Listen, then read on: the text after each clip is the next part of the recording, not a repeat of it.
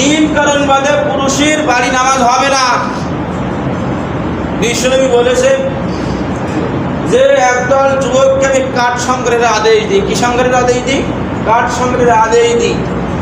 যখন আজান দেয় মুয়াজ্জিন সাহেব, ওই ব্যক্তি আজান শুনে মসজিদে আসলো না, আমার মনে হয় তার বাড়িঘর ধরাই দিই।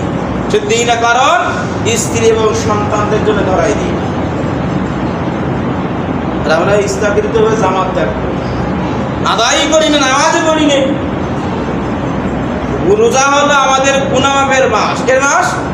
গুনাহ মাফের মাস, নিজেকে সংশোধনের মাস। এই মাসে নিজেদেরকে সংশোধন করতে হবে, নিজেকে গুনাহ থেকে বিরত রাখতে হবে। এই মাসে আমরা 100% সেই বলে না 5G আকারে আমরা গুনার কাজ করে যাচ্ছি, যাচ্ছি না বলে 5G আকারে গুনার কাজ করছি। রোজা আসি আবার গুনার কাজও করে যাচ্ছি, বলা যাবে না। এরকম জামে মসজিদ বাইরে ইত্তেকাফ করা যাবে না। যেটা জামে মসজিদ, এটা আমাদের কি জামে মসজিদ না? এটা মসজিদ বাদী তো ইত্তেকাফ হবে না। এবং শেষের দশকের করণীয় ইত্তেকাফ হলো বুখারীর বর্ণনা আয়েশা রাদিয়াল্লাহু থেকে বর্ণিত। রাসূল সাল্লাল্লাহু আলাইহি ওয়াসাল্লাম বলেছেন, তোমরা লাইলাতুল কদর তালাশ করবে। কি করবে? শেষের 10 দিন কি তালাশ করব? লাইলাতুল কদর তালাশ করব।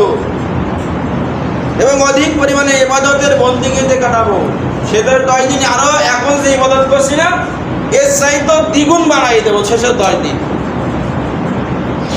কারণ ইত্তেকাফ লাইলাতুল কদর আমার আপনার জীবনের রাত্রি রাত পেয়ে যায়, ভাগ্যে জুটে যায়। 83 বছর 4 মাস ইবাদত করলে যে সব হবে, আমার আপনার আমল নামায় সেই সব হবে। সুবহানাল্লাহ। এবং আবু হুরায়রা রাদিয়াল্লাহু থেকে বর্ণিত, রাসূল সাল্লাল্লাহু আলাইহি ওয়াসাল্লাম বলেছেন, যে ব্যক্তি আমার কোনো ওলির সঙ্গে শত্রুতা রাখবে, আমি তার সাথে যুদ্ধ ঘোষণা করলাম।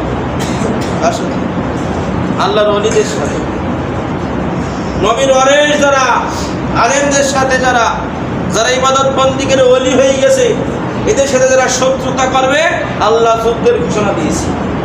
আর আমরা তো আলেমদের তো দেখতে পারি মানে আল্লাহ যুদ্ধের ঘোষণা দিচ্ছে কেন? আল্লাহর ওলিদের যারা বেয়াদবি করবে, আর এদের আমরা যত বদনাম, যত খুঁট ধারা, যত সমস্যা,